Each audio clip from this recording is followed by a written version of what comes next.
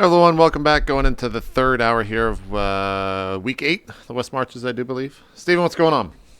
Well, Juliet is holding on for dear life to a silver twig.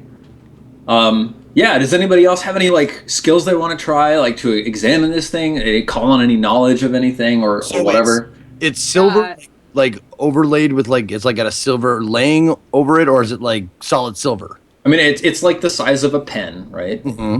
And it just looks like metal. It looks like some... Okay. It might just be silver. I have insight. Would that allow me to do anything? Insight is for, detecting people's motives. Go fuck yourself, Steven. What about religion? You could use religion, yeah, totally. Just roll a religion check and let's see if you know anything religious about the symbology behind a silver twig. Okay, because I tried medicine first, and I'll try religion now, since that's one of my professions or whatever. Oh, yep. You have no idea. God damn. I understand that it's probably some... Well, Ko, you've been trying to talk. Sorry, go ahead. No, it's fine. It's fine. I was just wondering, is there anything where the bird disintegrated? Is there anything left there? Did it fade away? So there's No, I mean, there's a rotten bird skeleton and a pile of feathers. Is there any obvious? Well, does anyone have any skill checks to see if there's any way we can tell how it died? Give me an investigation roll, Ko. Can I bend it? Yeah. I can bend the twig? Yeah, you start bending it, and it just, slowly starts bending. I start bending it into a circle. Okay. Yeah. So, real quick, I have investigation, a 0 modifier, but it is one of my proficiencies. Awesome. So you add your proficiency bonus, which is +2. Okay. Okay. So you get down and you're examining sort of the structure of the bones, and you probably break the wishbone to see what happens, and it just breaks like a wishbone or whatever.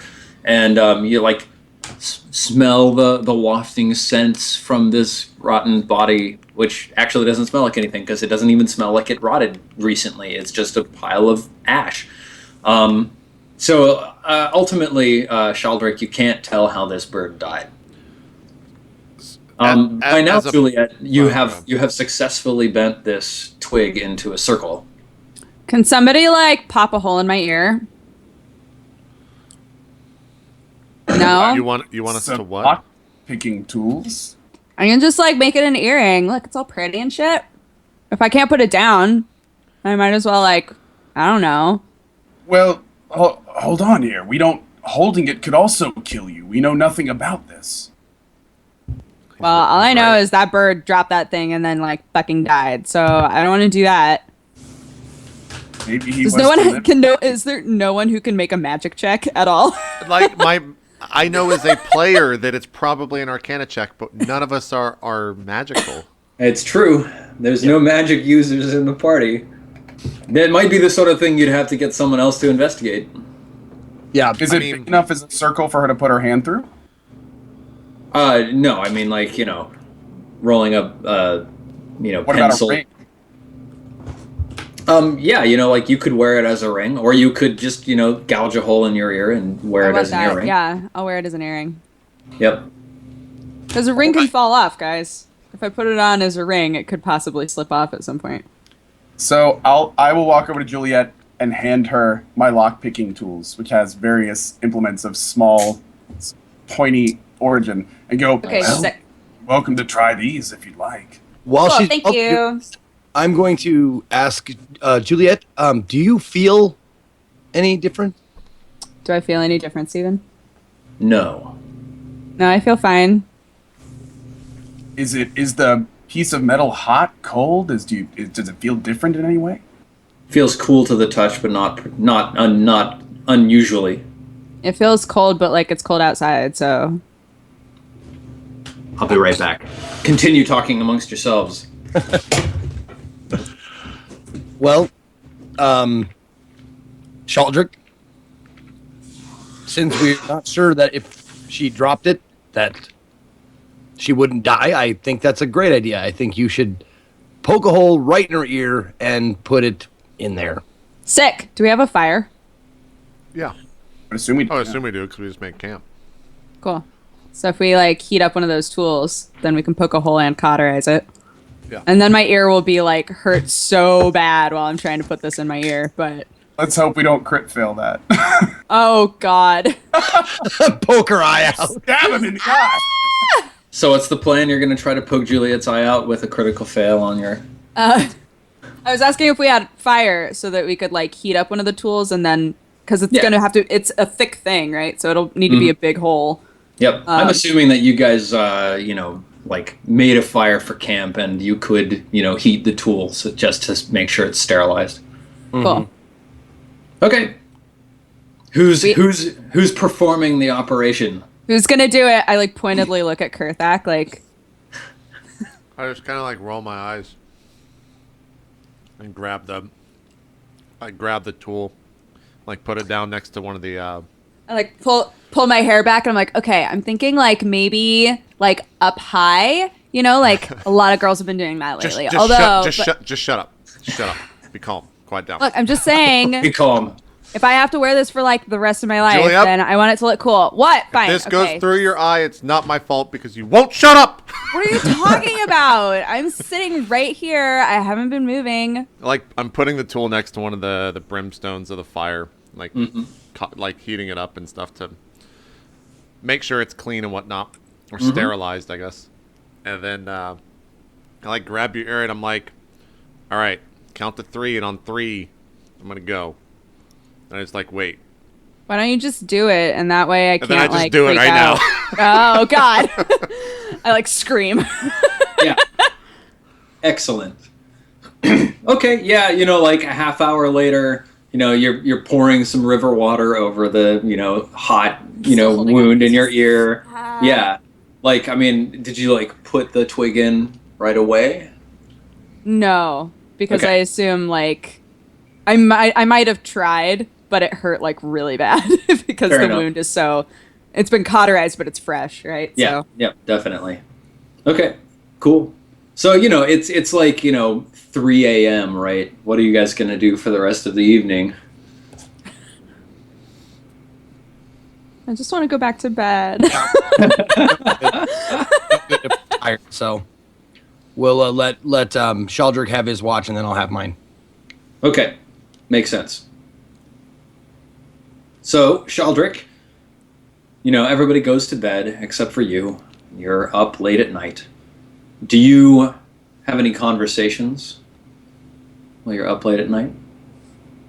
Only to the man that stood next to me the whole time. Yeah. The various different pieces that I see that clearly don't exist. Yeah. My old brother, that is basically, you can imagine, after being ripped up from the owl bear, take all those pieces and just kind of jam them back together. Mm-hmm. And that's what I see. All Yeah. the wounds clearly there. The pieces, even sometimes with space between them, but all sitting next to me.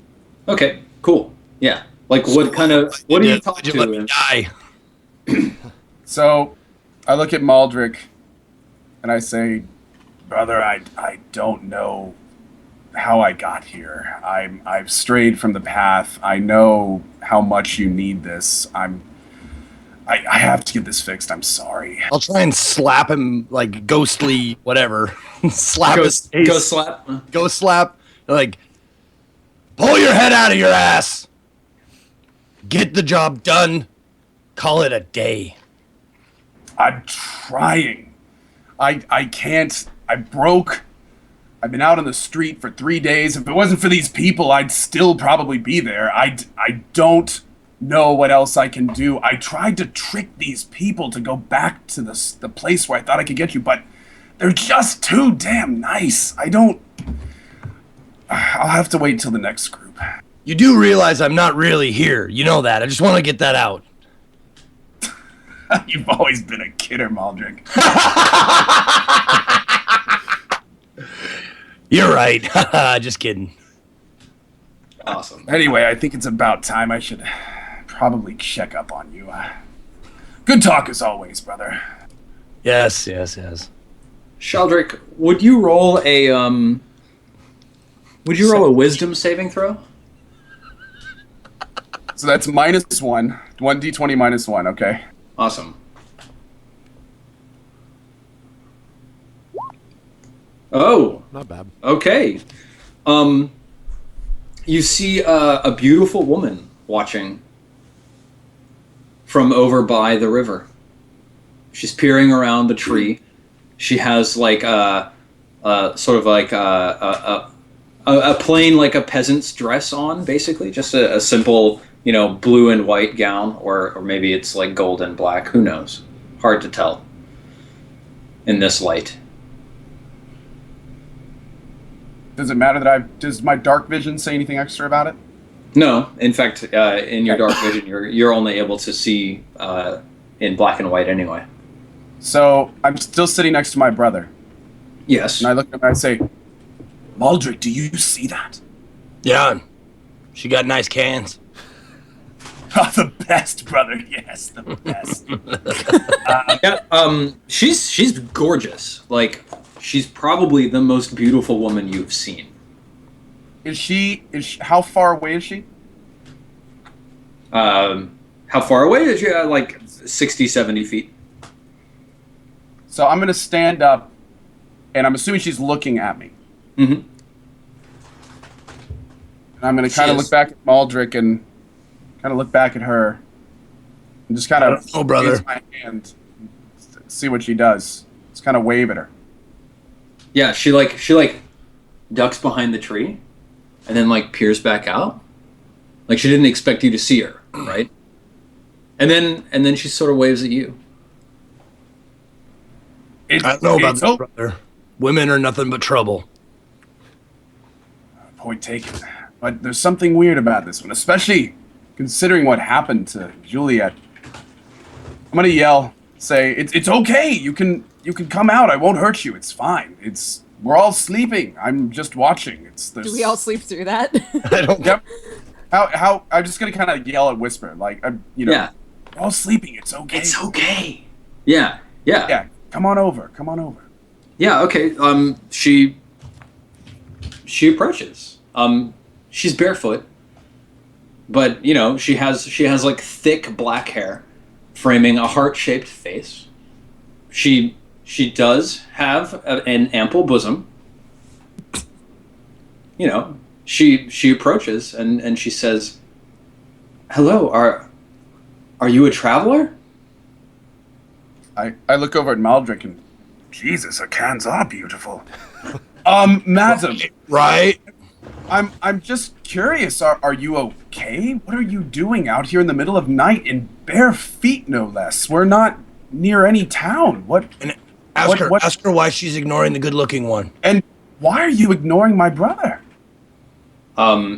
She kind of looks around. She says, I don't see anyone else, good sir." I kind of, yeah, excuse me. But back to you. What are you doing out here? Her chin sort of quivers momentarily. She says, I think I've gotten lost. I was traveling with a caravan through the forest. We were going to visit a group of elves that live nearby, and when I woke up this night, they were all gone. Okay, so at this point, my character is kind of standing back a little bit, and he kind of looks at her, kind of does an up and down. Mm-hmm. Is there anything about this woman that I would perceive as a threat? Does she have weapons on her? Is there anything? Is it just a woman in a blue dress with a very nice rack right now? Why don't you give me an insight roll? JP. It's true. I wish I could make it for you.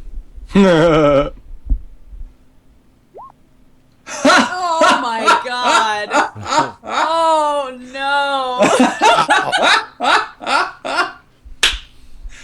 Holy shit. That's amazing.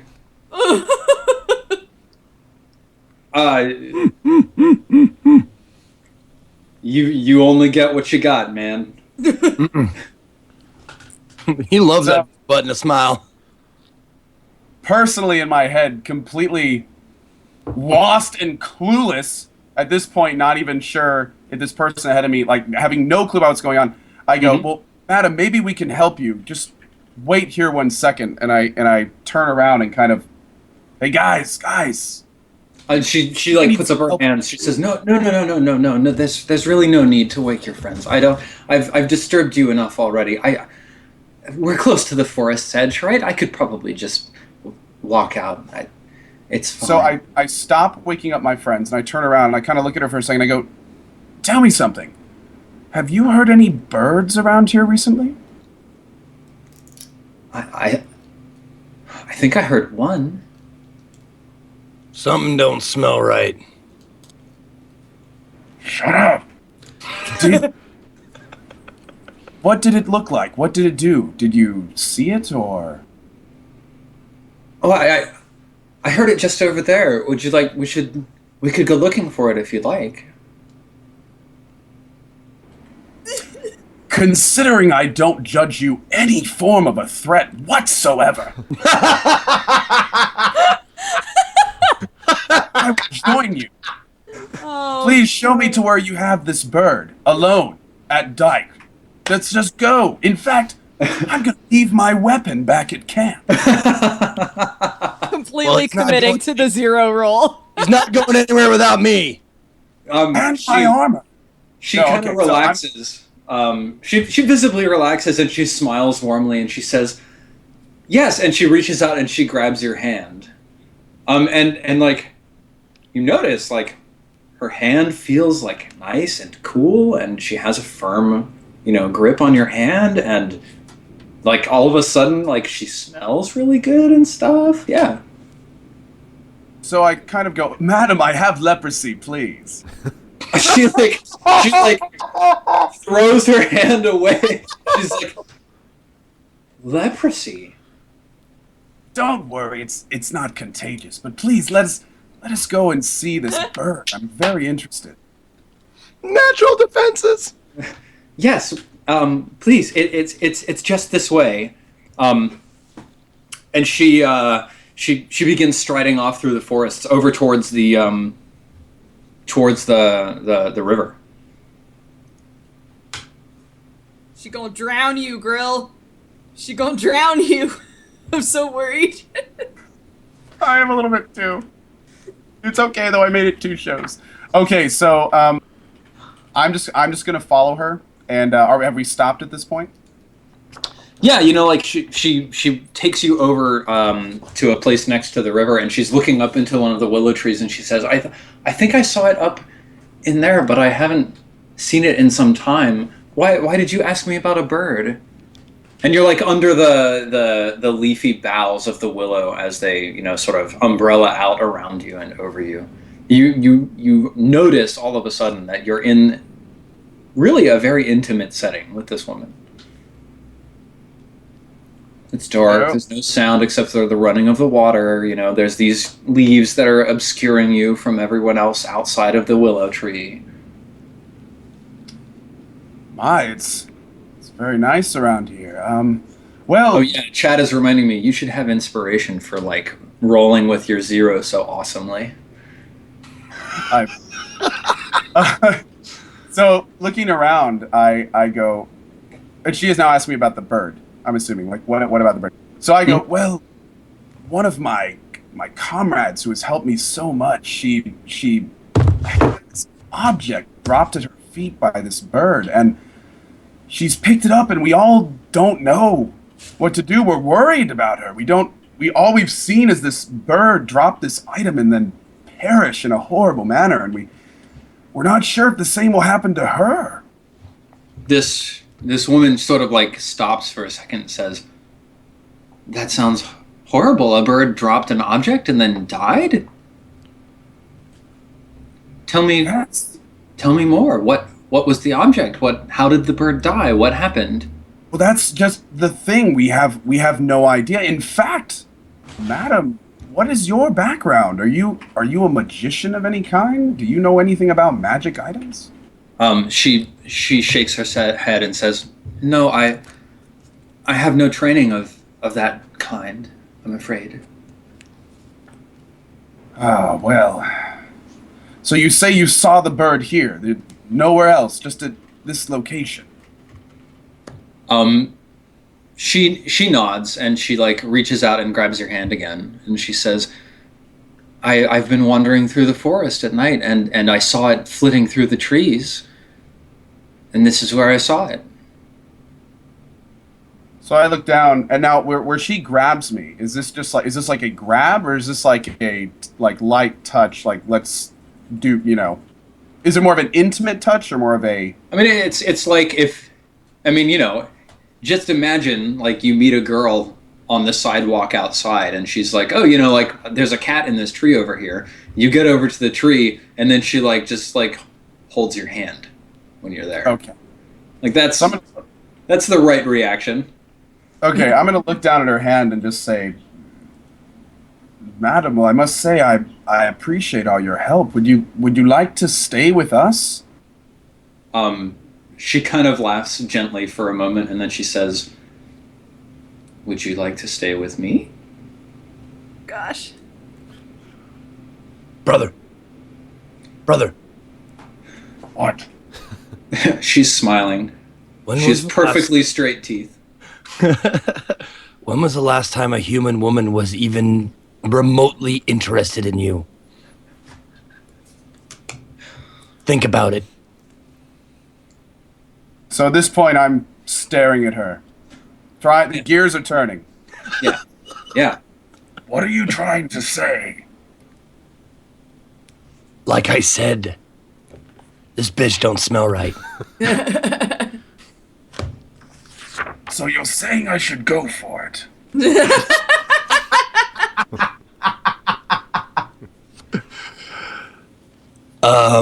No. But it's your funeral. Make a wisdom saving throw. Here we go again. Come on, dude. Big money, no whammies. Oh my god. Oh god. Okay. Her hand smells very warm, actually. Smells. Her hand feels very warm, actually, when you're holding it. And you notice how attractive this woman is. I mean, she's like a short human woman. She's probably like about your height, really, kind of willowy.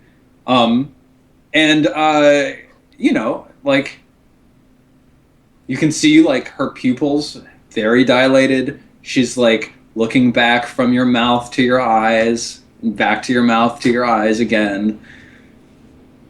She's kind of like leaning to her side one just a little bit. You feel really good about this situation.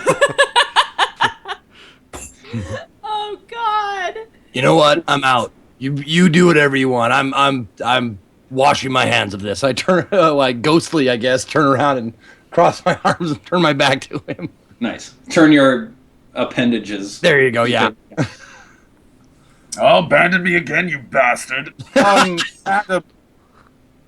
is this an opportunity that I should use inspiration? Do I really get that inspiration? You could re-roll. Yeah. You really do get that inspiration. You could re-roll your wisdom save. Seconds before succumbing to this obvious charm, Come on. I blink a couple times, and let's see what happens. Come on, buddy. You just reevaluate the situation. Nice. Okay. Oh, Thank so God. much better. Oh my god. All of a sudden, you notice that warm feeling from her hand actually felt like some kind of magical spell that she was applying to you when she touched you. And it becomes clear to you that she's not quite as appealing as you had thought moments earlier. I mean, she's still, obviously very physically attractive, but, like, she's not wearing any shoes, and her feet aren't even dirty, dude. Like, there's no dirt on her feet. Okay. So I'm going to take a few steps back. I'm going to pull my hand away from hers, and I'm going to look at her up and down, and I'm going to say, I'm gonna ask you one more time. Yeah. Why the bird? And she just turns around, takes 2 steps to the tree, puts her hand on it, and then just like melts into the tree. Nymph. Sorry. And then, like strands. That bitch is all bark, no bite. So wait. Oh, nice. So, completely confused by what I just saw. Yeah. Turn to Maldrick. Did you see that? Think I'm Maldrick has strands of willow like climbing up over his shoulders, and you see them like waving there, sort of suspended, animated, and then they go rushing for you.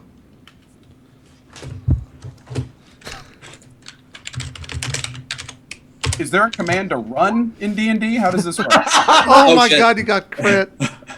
No. So one of them misses you, and one of them just like grabs you, and it just wraps itself all around you. Make a strength saving throw.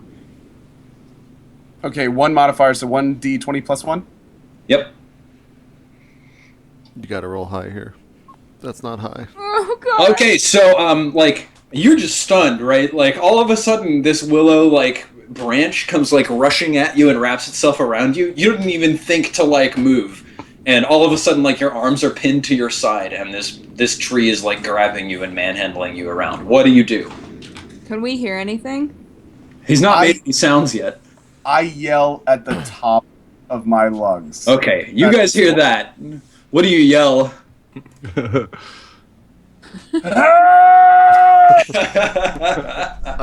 Okay. My eyes immediately like open. Can I perceive where the sound is coming from? Yes. Okay, I just run straight towards that. Okay. Let's go. Yeah, I just like grab my axe and just start running straight towards it. Yeah. All right. You'll get there in a round if Get you up and just follow. sprint. So Yeah, I'm sprinting. Okay. So Juliet, you probably weren't sleeping in your armor because sleeping in your armor means that you're exhausted the next day. Right. So you don't have any armor. Kurthak doesn't wear armor, so that's the way that shakes down. How about you, Kellen? Are you waking up and rushing to the rescue as well? Oh, absolutely, without a doubt. Okay. So yeah, like you guys start running. This tree, it like lifts you off the ground bodily, Sheldrick, and it plunges you into the river, and it's holding you underwater. I told you! I knew!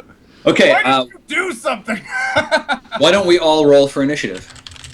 Oh my Do I roll god! too? That's just a flat d20, right? Right. Plus your dexterity. Okay, plus dexterity. Do I roll 2? Fucking. Well, that's good. There we go. Ooh, that's not bad. Kurthak, Juliet, and Kellen. And of course also, what's your name? Sheldrick. I do not need to roll for initiative, right? I'm just gonna put you like next. You're gonna go immediately after the willow. So the willow was 17. Sheldrick, you're gonna be 16. Juliet is also a 17. Ha. So yeah. And then Kellen is a 19. Very nice. No, I was a 1. I was a 4, not a 17. Oh shit, Kurthak is a 4. I rolled a 1. Yeah. Yeah. I It's was only 17. Juliet. There we go. Yeah, okay, there we go. So, yeah, this is the way it shakes down. So it was Willow, and then Sheldrick, and then, so yeah, Sheldrick, it's your turn. And Kellen, you're gonna be able to get there next turn. Cool. You're like super speed. Yep. being held by a tree beast under Yes. the water right now. Yes. What are my options? Basically, I can't, my arms are pinned to my side, correct? Yep. Can I Yep. fight it? yeah, you can try like you can either try to like wiggle your way out of it by like being dexterous, or you can try to just like Hulk your way out of it with strength. Let's do that. In fact, I want to try to wiggle out of it with an emphasis on trying to also get out of like any clothes that it might be hanging on to. So Okay. I'm just trying everything I can to get like out of this position. Yeah, so I'm hearing dexterity saving throw. Yep. Okay. So X bonus 3, 1d20 plus 3. Mm-hmm.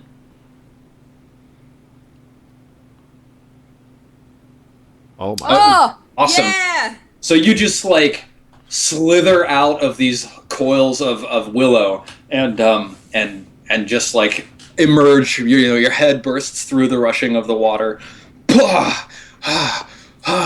And like there's like a couple of strands in the water like thrashing around searching for you. And that was your turn. Juliet, what do you do?